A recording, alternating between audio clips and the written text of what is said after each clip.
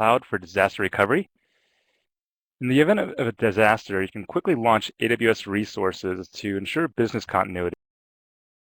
And during this webinar, we'll highlight relevant AWS features and services that you can leverage for DR purposes, and we'll show example scenarios about how you can recover from a disaster. My name is Gerard No. I'm an account manager on the education and state and local government team. I'm also joined by our senior solutions architect, Leo Jadnowski. So during the presentation, feel free to use the Q&A area to ask a question.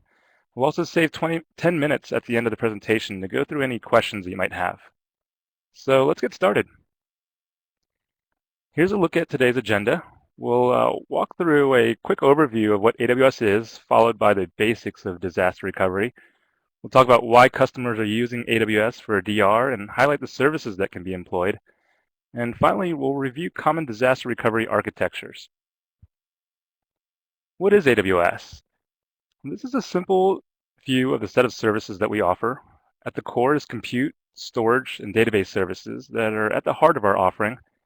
Then we surround these offerings with a range of supporting components like management tools, networking services, and application augmentation services.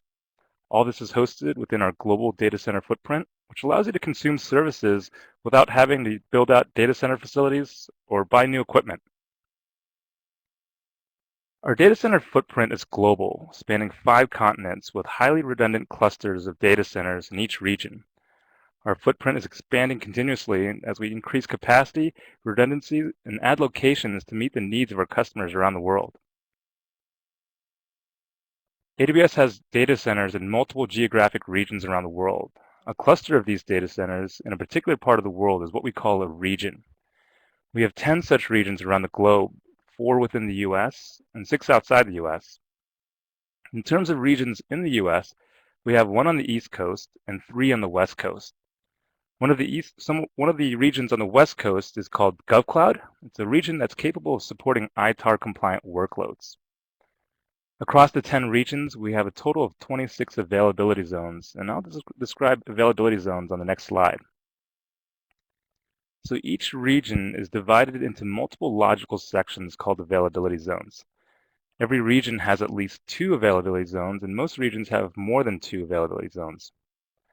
And each availability zone, or AZ for short, is a collection of 1 or more data centers that's fault tolerant from the other availability zones within the same region. Each availability zone has separate network connectivity from different providers. They're on different parts of the power grid, so we give you a lot of flexibility when architecting on the AWS cloud. So who are our customers? We have hundreds of thousands of customers in 190 countries around the world, ranging from the hottest startups to the largest enterprises like Samsung, NASDAQ, and Shell. And then in the public sector, we have over 3,000 education institutions and 800 government agencies utilizing our services for just about every imaginable workload. Some of the ones that are on the slide include NASA and NIH, and MIT, and PBS. Of course, when you're doing DR, you're handling data that's important to your organization. You'd be relying on AWS for providing a secure environment. And our cloud is built to government and enterprise standards. We go through annual SOC 1 audits, and we've been evaluated at the moderate level for federal government systems. You can see all the certifications that are part of our cloud on the left, and the list of physical and technical controls in the center and on the right. So let's go through the basics of disaster recovery. When we talk about DR, we're usually trying to mitigate some type of disruption in business continuity. Now, disruptions in business have many causes, but in today's world where much of the critical business infrastructure relies on IT, often these disruptions are caused by some type of failure or outage of IT infrastructure. And the impact of such outages can really affect many organizations, large and small, in just about every single industry. And the cost for these outages can be significant. If you look at DR and business continuity as a wider spectrum, you can see that DR is a wider set of policies and control. It's about people and processes and how you invoke disaster recovery. And at one end of the spectrum is high availability of applications.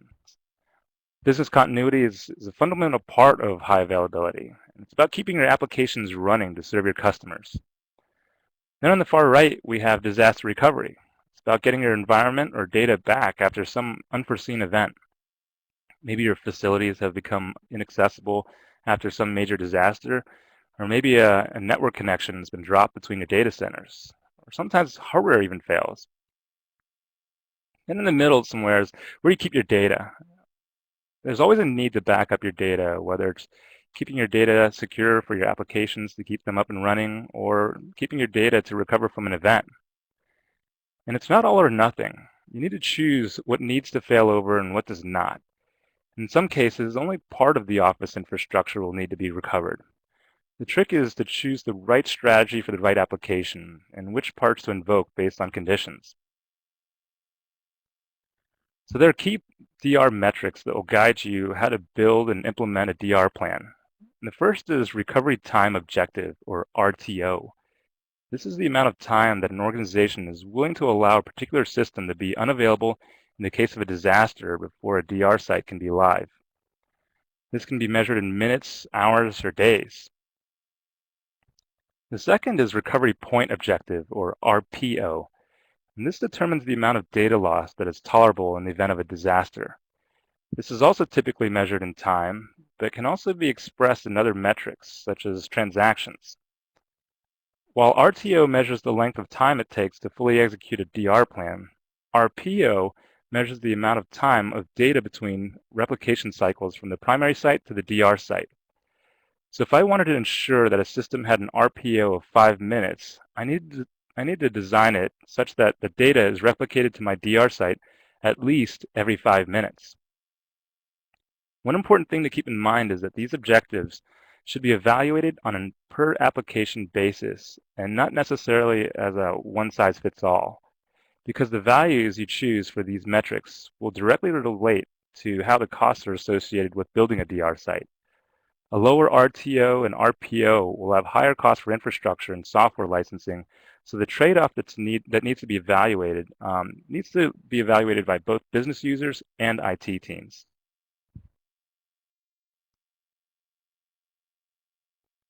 So think about applications on a spectrum of complexity. At the far right, you might have an application that's critical for your organization, something that's running in a hot configuration where you have a low tolerance for downtime and data loss. Then at the other end of the spectrum, you might have a back-end reporting system. You might have more of a relaxed RTO and RPO, and that would still be okay. And in between, you'll have various other systems. The spectrum defines the technical complexities involved in the services that will be used for the solution. So why use AWS for disaster recovery? Traditionally, you require everything on these lists for both your primary site and your secondary site. Everything from routers, firewalls, servers, storage, and so on. All of these would be required in your primary site and also in a secondary disaster recovery site. So the cost would be double in this case. With AWS, we operate on a utility model where you have on-demand access to a data center. In AWS, most of that can be turned off, and ultimately, it boils down to storing something that's called a snapshot, which is the state of a running system that can be stored in our storage platform, and then turned on into a running system as required. Ultimately, costs can go down by considering the second data center as a virtual data center running in AWS, and invoking the wake up of systems as required during testing and during an actual failover. You can typically reduce costs. You can slash DR budgets up to 50%. The idea is you don't have to have a second physical data center, and that physical data center doesn't have to be online all the time. In theory, you should be able to cut your DR costs in half. You can reduce the on-premises spend of the actual physical equipment and all the support and maintenance that goes along with that. Load balancers in the second environment, servers in the second environment, and so on. And that ultimately leads to a consolidation of sites. There's no need to run a second site. Some of the technologies that are core to disaster recovery, particularly to the ones that are for backup, like tape, are aging technologies. We have services like S3, our simple storage service, and also Glacier that can eliminate the need for tape and other technologies that might be aging or might be the ones that require a lot of administrative burden.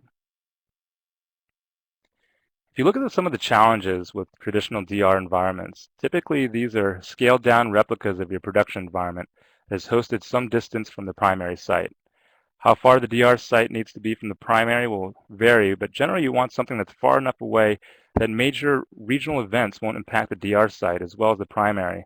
But you also need to take into consideration factors such as latency for data replication. The major challenge is cost. If you're spending hundreds of thousands on your primary infrastructure, buying a complete second set is often not cost effective. As a result, often only the most critical systems or data is replicated, and often at a much smaller scale. And the reason for this is cost and ROI. While everyone would agree that having a DER plan is important, it's not something that's used every day, and hopefully something that's not used at all. So ROI for the extra infrastructure and for the software for a system that's only used a few hours a day or a few days a year can be pretty bad from an ROI standpoint. So how is building DR on AWS important? One of the biggest savings comes from our on-demand pricing of infrastructure. Unlike a traditional DR site where you're buying additional hardware and software that becomes a sunk cost just waiting for something bad to happen, with AWS, you only pay for the infrastructure you use when you use it. This alone can dramatically lower the costs associated with building out a DR site, making it cost-effective to have DR for applications that before maybe a business determined that was not significantly or sufficiently critical to justify having a DR site for. And the second win of using AWS is not only having to no longer have to buy physical hardware, but you also don't need to rent space for that hardware. You don't have to provide cooling or other administrative costs with running that second data center or colo cage. Let's talk about some of the AWS services that are used in a DR scenario. So there are a range of services that can be employed, and not all of them will be used based on the method of DR, but let's talk about a few key services that are important for disaster recovery. Up there we have object storage and transfer services on the left, networking services in the middle, and then the foundation services to the right. Starting with object storage, S3, our simple storage service. This is where you can store objects of up to 5 terabytes in size. You can have unlimited objects in S3, and these are all backed by 11 nines of durability. They're able to withstand a concurrent loss of 2 different facilities, and you'll still have access to your data. S3 is cost effective, and you can store any type of object, files, binary backups, images, and snapshots. And how do you get the data into the environment? Well, there are 2 different services that are relevant here. The first is import-export, which allows the physical shipping of devices. It's great for an initial backup or for large data sets to be transferred into the Amazon cloud. You can load the data into the region of your choice. Then there's Storage Gateway. The Storage Gateway is a virtual machine installed in your data center, which essentially mirrors the storage drives into AWS. Then under networking services, you can consider AWS as your second virtual data center. Let's talk about how you can connect. One way is through AWS Direct Connect. It's a way for you to get a direct dedicated connection into the Amazon cloud. It's dedicated, where you get a 1 gig to 10 gig port. With a virtual private cloud, you can define your own subnets. So the resources that you launch within your virtual private cloud look and feel as if they're on your own local network. You can extend your own address ranges into your virtual private cloud. Then there's another service, Route 53, that allows you to flip between different environments, your primary environment and your DR environment. You can route web traffic to your local data center, then flip it to your DR site in the cloud. Then with our foundation services, EC2 or Elastic Compute Cloud is our compute service that gives you on-demand access to virtual servers. RDS, or Relational Database Service, is a service that allows you to launch an Oracle, MySQL, SQL Server, or Postgres database with the management, some of the management handled by AWS, things like backups and patches. Then EBS is your virtual hard drive that's attached to your EC2 instance. So AWS storage is ideal for disaster recovery. We touched on this a second ago, but with S3, you can store anything you'd like. You can store anything, any object from 1 byte in size up to 5 terabytes in size.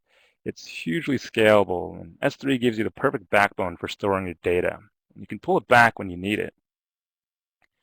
Then we have EBS, Elastic Block Store. EBS is attached to your EC2 instances, and these are high-performance block storage devices. And they range from 1 gig to 1 terabyte in size.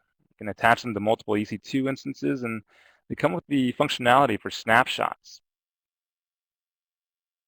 Then we have Glacier. Glacier is great for backup and archiving. You get the same durability that you get with S3. You get 11 nines of durability with Glacier, and it's very cost-effective. It's great for long-term storage because you only pay a penny per gig per month for data stored in Glacier. Let's talk about connecting to the AWS. Well, we touched on this earlier, but Direct Connect allows you to create a dedicated connection between your IT infrastructure and AWS regions. This private connection, you can have either a 1 gig or dedicated 10 gig port connection into the Amazon cloud. You also have the option of a VPN connection or secure IPsec tunnel connection into the Amazon cloud. And once you connect, you'll connect to your virtual private cloud, that private isolated section of the Amazon cloud where you have full control over all network addressing. So you can create your own subnets, make them all private, make them public. You define the networking piece, and it's completely isolated just for your environment. So let's look at some common DR architectures in AWS. So we'll outline 4 DR scenarios that highlight usage of AWS services. The first is backup and restore, the most simplest of the bunch. And we have Pilot Light for simple recovery into AWS, followed by a warm standby solution and a multi-site solution. Amazon Web Services enables customers to cost-effectively operate each of these example DR strategies. It's important to note that these are just examples of possible approaches, and variations and combinations are also possible. So the first and most simple is backup and restore. It's very easy to get started with backup and restore. There's a very low technical barrier to entry. Essentially, finding a way to connect to the Amazon cloud, sending your backups over, and storing them in either simple storage service S3 or Glacier. This is also a very cost-effective option, as storage in S3 is currently priced at 3 cents per gig per month, and storage in Glacier is currently a penny per gig per month. So with this model, you'll need to create Amazon machine images for your applications and database servers. It's important that you make these updated as you make updates to them on-prem. And you don't have to have any of these servers running. So the way it works is S3 is generally a great service for storage, and it's a general purpose storage service. It allows you to store objects of any size. Remember, you can store objects from 1 byte to 5 terabytes in size for S3 storage. And the way it works is, if you ever need to recover the files, you just easily transfer them back to your own environment. I'll show you what this looks like through a diagram here.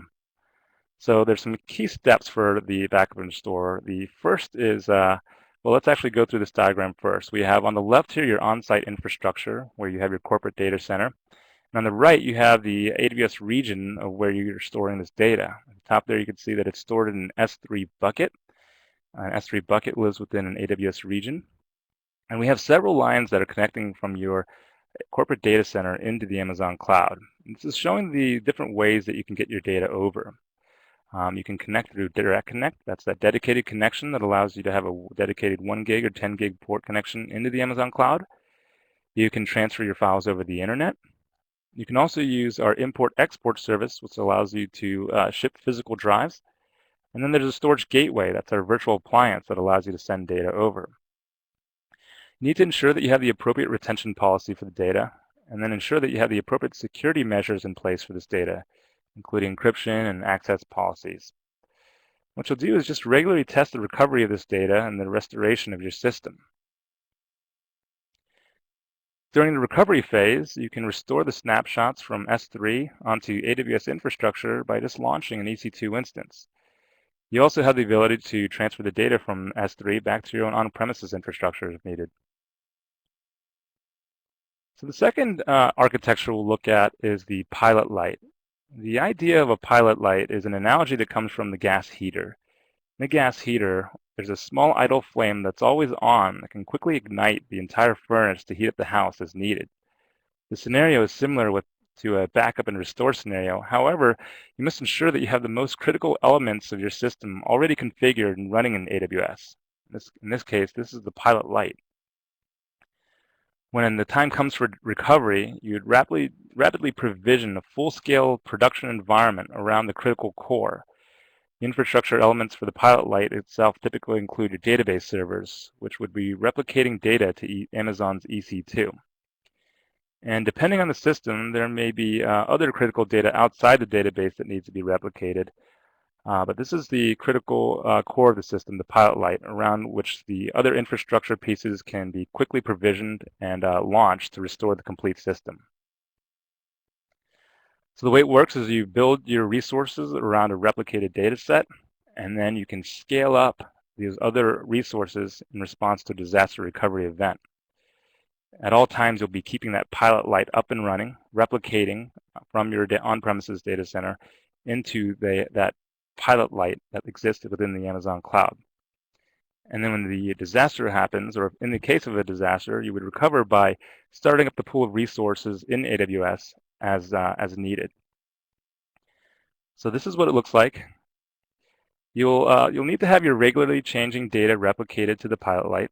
So in this case, let's go through this diagram before we describe this. On the left, we have your corporate data center. We're looking at just a typical application where you have a database tier and you have your application server. And on the right there, you have your AWS environment. You can see that green line showing that the data is being replicated from on-premises, from your corporate data center, over to the Amazon cloud.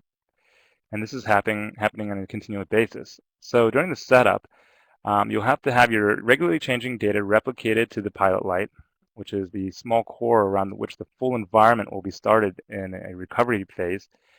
And then your less frequently updated data, such as the operating systems and the applications, can be periodically updated and stored as Amazon machine images. So what you'll do here is you'll set up your EC2 instances to replicate or mirror the data. You'll ensure that you have all of your supporting custom software packages available in AWS. You'll create and maintain your Amazon machine images of key servers that are required for the fast recovery. Then you'll regularly run these servers, test them, and apply any software updates and configuration changes. And what you can do is you can consider automating the provisioning of AWS resources. So in the event of a disaster, to recover the remainder of the environment around the pilot light, you'd start the systems from the Amazon machine images and in minutes on the appropriate instance types. For the dynamic data servers, you can resize them to handle production volumes as needed or add capacity accordingly. Horizontal scaling, if possible, is often the most cost-efficient way and scalable approach to add capacity to the system. But it's also possible to pick larger EC2 instance types and thus scale vertically. From a networking perspective, any DNS updates can be done in parallel. So the next architecture that we'll take a look at is the warm standby. So the warm standby solution extends the pilot light elements and preparation. It further decreases the recovery time because in this case, some services are always running. By identifying your business critical systems, you'd fully duplicate these systems on the AWS and always have them on. These servers can be running on a minimum size fleet of EC2 instances on the smallest sizes possible. The solution is not scaled to full production load, but it's fully functional. It may be used for non-production work such as testing, quality assurance, and internal use. And in a disaster, the system is quickly scaled up to handle production workload. And in AWS, this can be done by adding more instances to the load balancer and resizing them resizing the small capacity servers to run on larger EC2 instances. So, as stated before, horizontal scaling is, if possible, is the preferred over vertical scaling. So the way this would work is you'd build up your resources around a replicated environment. You'd build up the exact replicated environment in the Amazon cloud. Of course, this would be on a smaller scale as the full production, but this would be up and running at all times in the Amazon cloud. And then as a disaster occurs, you'd quickly fail over and recover in the Amazon cloud, and scale up the resources as needed to handle the production workload. So this is what the setup looks like for this solution. You'll set up the EC2 instances to replicate or mirror the data. You'll create and maintain your Amazon machine images. You'll run your application using a minimal footprint of EC2 instances or AWS infrastructure. And then you'll patch and update the software and configuration files in line with your live environment. So as before, we have your corporate data center here on the left, AWS region on the right. What you have is your application running in your corporate data center, and you also have a smaller scale version running in the Amazon cloud. This scaled down version is on standby until you actually have to fail over and recover on the AWS cloud. This is what it looks like when you recover. You'll start your applications in the Amazon cloud, and you'll launch them on a larger EC2 instance types as needed. You'll increase the size of the EC2 fleets in service with a load balancer. You'll change the DNS record so that all traffic is routed to the AWS environment. And you can also consider using auto-scaling to right-size the fleet or accommodate the increasing load. So the last architecture that we'll look at is the multi-site solution on AWS and on-prem. A multi-site solution that runs in AWS as well as in your own existing on-site infrastructure in an active-active configuration.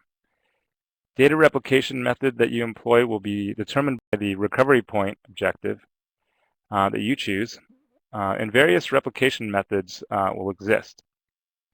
A weighted DNS service such as Amazon's Route 53 is used to route production traffic to different sites. A proportion of the traffic will go to your infrastructure in AWS, and the remainder of your traffic will go to your on-site infrastructure. In an on-site disaster solution or situation, you can adjust the DNS weighting to send all traffic to the AWS servers, and the capacity of the AWS service can be rapidly increased to handle the full production load. You can also use EC2 auto-scaling to automate some of this process. So how does this work? You'll deploy resources necessary to operate in full production in the Amazon cloud. And in the event of a disaster, you'll fail over to AWS in response to a disaster recovery event. Let's take a look at the architecture for this one. So you can see, again, describe the diagram here. On the left, you have your corporate data center. On the right, we have the AWS region. You can see the green line representing the replication that's happening from the corporate data center into the Amazon cloud. So you can see that the use of DNS to route the proportion of traffic to the AWS site. The application on AWS accesses the data sources in the on-site production system, and data is replicated or mirrored to the AWS infrastructure. So for preparation, you'll set up your AWS environment to duplicate your production environment. You'll set up the DNS weighting or similar technology to distribute the incoming requests to both sites. And this is what happens when a disaster occurs on site. Traffic is cut over to the AWS infrastructure by updating DNS. And this is what happens during recovery. You change the DNS weighting so that all requests are sent to the AWS site. You have the application logic for failover to use the local AWS database servers. And then you can also use auto-scaling to automatically right-size the AWS fleet. So there are many options and variations for disaster recovery, and we've highlighted some of the common patterns ranging from simple backup and restore to fault-tolerant multi-site solutions. AWS gives you fine-grained control and many building blocks to build the appropriate DR solution given your disaster recovery objectives for your RTO and for your RPO, and also the appropriate solution for your budget. The AWS services are available on demand, and you only pay for exactly what you use. And this is a key advantage for disaster recovery, where significant infrastructure is quickly needed, but only needed in the event of a disaster. So what we've shown is how AWS provides flexible, cost-effective infrastructure solutions, enabling you to have more of an effective disaster recovery plan. We have other resources that you can take a look at. If you go to our website /disaster-recovery, there's a great section of our site there. We have access to a bunch of resources, including a white paper that we have just on disaster recovery. It outlines these 4 approaches to using the Amazon cloud for disaster recovery. So at this point, we're going to take a break for a second and open it up for some polling questions. And then we're going to gather some questions that have been asked throughout the webinar, and we'll come back and share those out loud.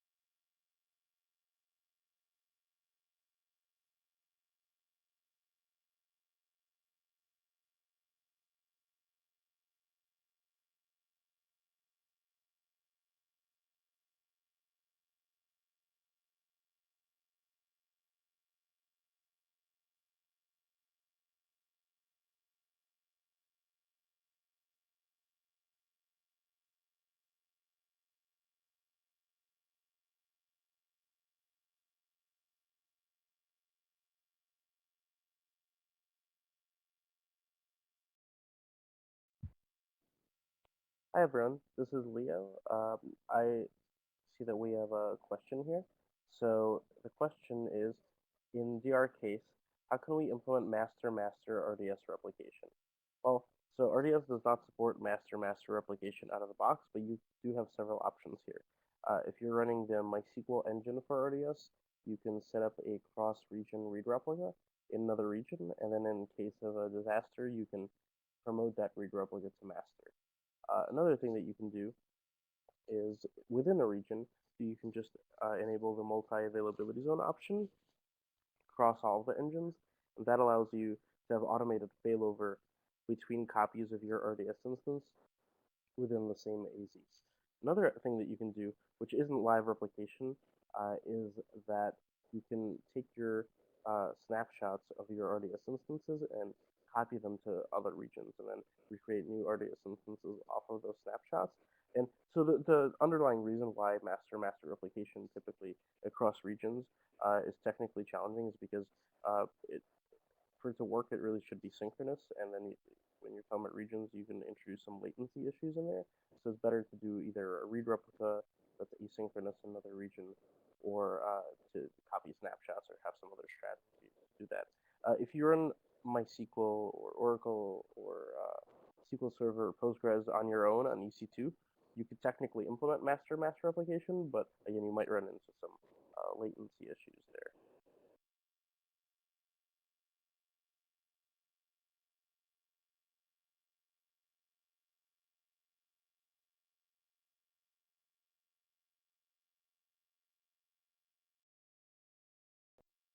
So another question is, what about latency for cross-site active-active scenarios?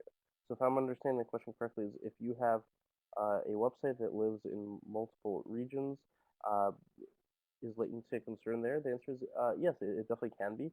And so what we see our customers, the ones that do active-active across regions with databases backing up those applications do, they typically tend to use databases that are eventually consistent, which makes latency less of an issue. So for example, Netflix has a lot of good talks out there about how they use Cassandra for multi-region deployments.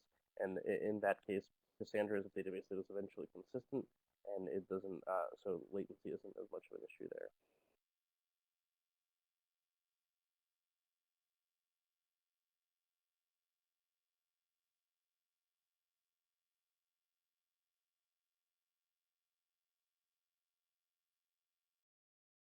All right, and then we have a question that the question is, how do you back up EC2 instances on a schedule without user interaction? So through our API or through the web console, you can create an image off of a running EC2 instance. You have two options there. You can either have it reboot the instance to make sure that it's a consistent backup, or you can have it not reboot the instance and it just takes a snapshot of it. So that can be done through the console or through an API call. Since it's done through an API call, you can script it with something like cron or the Windows task scheduler. Another thing you can do is you can do the same thing with volumes. So if you've got multiple volumes attached to your EC2 instances, you can just back up individual volumes and snapshot them. When you snapshot volumes or you create images, those get stored in S3, and S3 is designed for 11 nines of durability. And then you can copy those snapshots or images to other regions as well. And I see we have another question here about how do I estimate cost for a DR scenario? Well, the first thing that you have to do is you have to figure out for which of the DR scenarios you're going to use, how many instances you're going to be running, and what percentage of the time you're going to be running them, and how much data you're going to be copying across between regions, and how much data you're going to be permanently storing. So once you have all of that data, you can go to our simple monthly or simple pricing calculator and type all that in, and it'll give you an estimate of what that's going to cost. I have another question here, but do I need to replicate across coast to coast to get the most out of my DR solution? Well, I think the first step for a lot of customers is just to replication within the region. Within a region, there's multiple availability zones. Our availability zones are designed to be on different floodplains. They have different redundant tier 1 ISPs. They have different power feeds. So getting your DR set up just within multiple availability zones within a region, I think is great. And then once you have that done, then if your application's business requirements necessitated, then you should look at region to region replication. And we have another question here. In most of the fast recovery scenarios you mentioned, Route 53. How does this work? Is Route 53 used for all the DNS handling overall, or in the case of on-premise data center failure, it starts redirecting traffic to AWS? So uh, Route 53 is our managed DNS solution.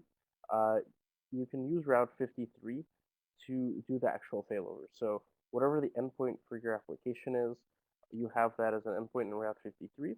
You can either manually fail that over by just changing which region or which availability zone for your application the record points to, or Route 53 also supports health checks, so you can have it do an automated failover. So you can do if my original region or my original instance of this application is not healthy, it'll just start forwarding to the other one.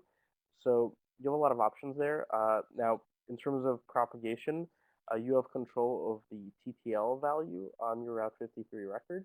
So you can set a really short TTL value so that other DNS servers will check in with Route 53 often for the latest copy or the latest records, right?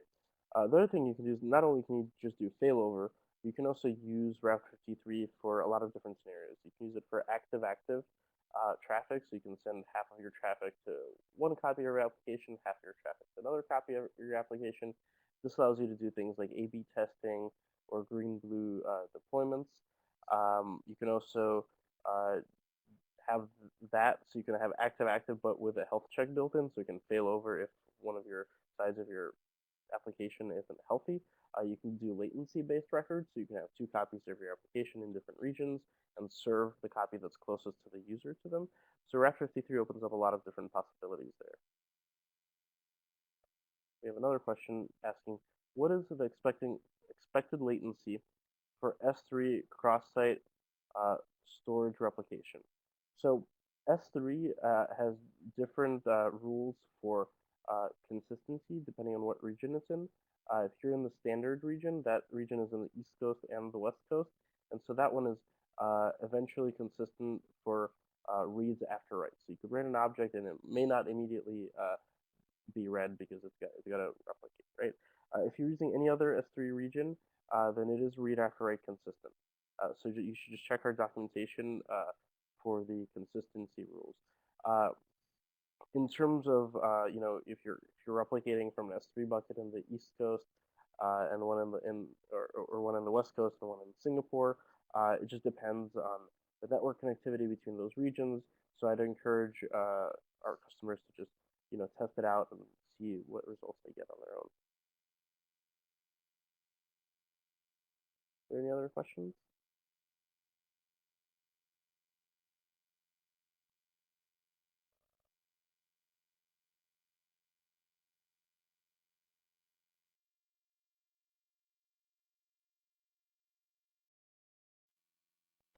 Okay, looks like that's all the questions for today. Oh, actually, let's see. Looks like there's something else coming in.